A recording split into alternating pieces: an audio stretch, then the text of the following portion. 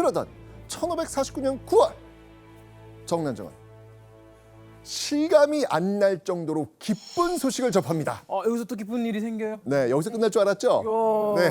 너무 계속 좋은 일만 생겨요. 그런 데가 안 나와요.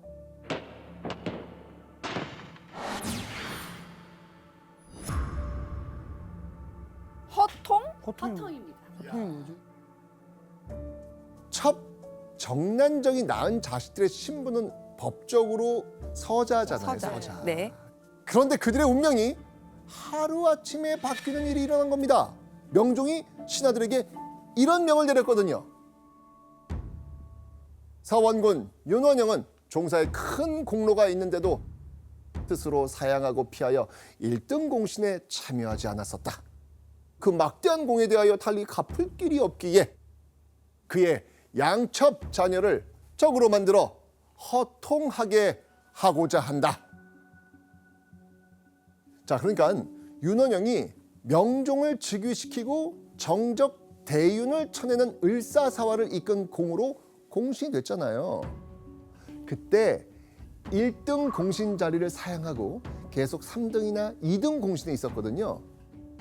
그런 걸 생각하니까 엄청난 공을 세운 윤원영에게 공로에 맞는 포상을 해주지 못했다.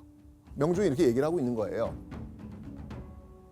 그래서 명종이 윤원영과 정난정 사이에서 낳은 서자들, 그 서자들을 적자로 만들어서 허통하게 해주겠다. 그 과거 시험? 과거 시험도 볼 수 있고 그리고 정계도 진출할 수 있고 그런 거 다 하는 거 아닙니까? 맞습니다. 즉 과거를 봐서 양반이 될 수 있게 해주는 걸 의미하는 것이죠. 이때까지 서자인 정난정 자식들은요, 문과는 꿈도 못 꾸고 있었습니다. 그런데 명종이 정난정 자식들을 적자로 만들어서 이 문과 시험의 길을 활짝 열어준 겁니다. 정난전도 천안 출신의 서녀잖아요. 그러니까 서령을 되게 많이 받았는데 근데 우리 자식들이 서울에서 적자가 되면서 고위 관직에 오를 수 있는 거잖아요. 그럼 누가 욕을 할 수가 없는 거잖아요. 그러니까 진짜 명종이 말했다고 하기에는 뭔가 정난정이 좀 입김을 싹 넣어서 옆에 사람들을 조종해서 우리 자식 좀 잘 되게끔 한 거가 아닌지. 당연히 제가 얘기를 했죠. 당연하죠.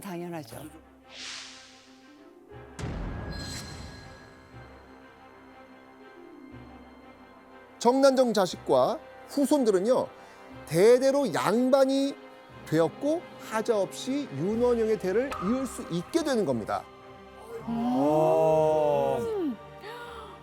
근데 교수님, 그래도 유교나라 조선에서 뭔가 신문 질서를 지키는 게 엄청 중요한 거 아니에요? 굉장히 중요하죠. 이건 명종 스스로가 당시 조선의 국류를 깨트린 거였습니다.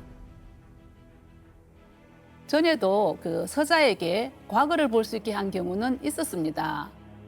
그런데 이거는 신분제도 자체를 서자에서 적자로 만든 경우이기 때문에 굉장히 드문 케이스죠. 그러니까 이게 명종이요, 이게 말도 안 되는 특혜 중에 특혜를 지금 내린 겁니다. 와. 서자인 자식들을 양반으로 만드는 데 성공한 정난정 부부. 윤원영과 정난정의 위세는 하늘을 찌를 듯했습니다. 그래서 윤원영은요, 이 위세를 이용해서 이 일을 실행에 옮기기로 합니다.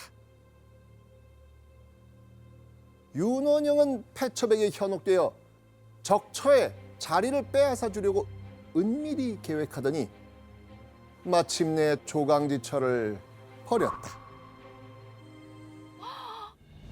그 김씨 김씨. 말이죠. 김씨 자리에 정난정을 올린 거잖아요.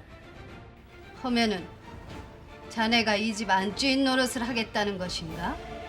못할 것도 없지요. 내 어찌 소실년 따위가 보험군 댁 안주인 노릇을 하려 들겠다는 것이냐? 소실년 따위라니? 하면은 내가 서방님의 정실이라도 된단 말이냐? 신분의 귀천을 따져 이 사람을 찍어 누르려고 하시다니. 원래 조선의 법도는요, 처첩의 구분과 차별이 심해서 첩은 처가 될 수 없다, 라고 명시하고 있습니다.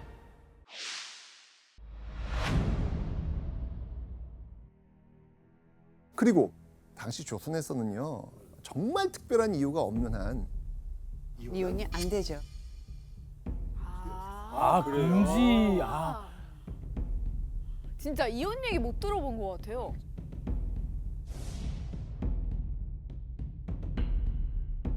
자, 그렇다면 윤원영은 아내를 어떻게 쫓아냈을까요? 바로 명종에게 정실 부인 김 씨와 이혼시켜달라고 청한 겁니다. 윤원영은요, 김 씨가 악행을 저질렀다면서 이혼할 명분을 만든 거예요. 이때 수렴 청정하던 문정왕후. 난정이 내가 영부사의 정실 부인이 되어주는 것이 내 소망이니라. 묻지도 따지지도 않고 바로 허락해 줍니다. 참으로 백골난망이옵니다.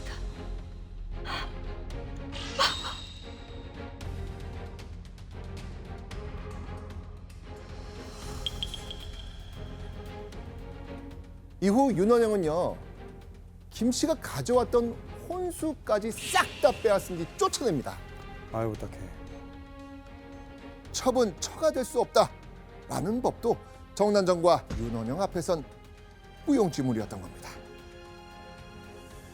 아니, 정난정 입장에서는 법이고 관례고 다 소용없잖아요. 다 내가 하고 싶은 대로 하잖아요. 그러니까 대단한 거예요.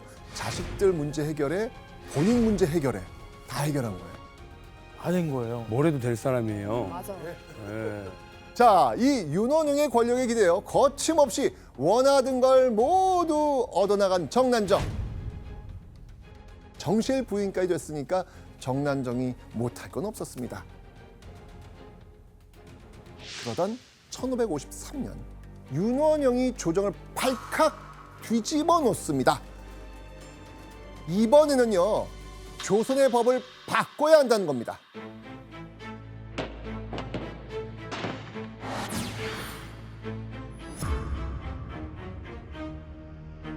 서울방금법?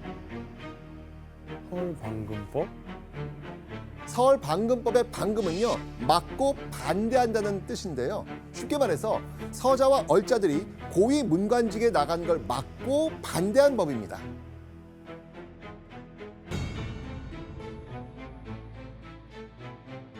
근데 윤원영 자식들은 이미 적자도 됐고 호통도 됐잖아요. 근데 대체 왜 이런 주장을 하는 걸까요? 그러게요. 네, 사실 문정왕후가 8년 만에 수렴 청정을 거두겠다고 한 겁니다. 명종의 나이가 20살이 되었거든요. 정난정과 윤원영은 문정왕후가 철렴하면서 아무래도 세력이 좀 약화되니까 걱정거리가 생긴 것 같아요. 혹시 권력이 떨어졌을 때 적자가 된 자기의 아이들이 다시 서자로 되돌려지지 않을까 하는 불안이 생겼던 것 같아요. 사람 일 어떻게 될지 모르잖아요. 아까 세력이 떨어지면 다시 바뀔 수도 있는 거잖아요. 제가 바꿨듯이 우리 자식들이 고위간직에 오르면 그렇게 많이 올라온 서울들이 있으니 누가 얘기할 사람이 없잖아요. 와 거기까지 생각해요. 와. 와, 근데 엄청난 사람이다. 그죠? 치밀한 성격의 정난정이라면 자식들을 위해서 조선의 법까지 바꿔보겠다라는 생각 충분히 가질 법했겠죠?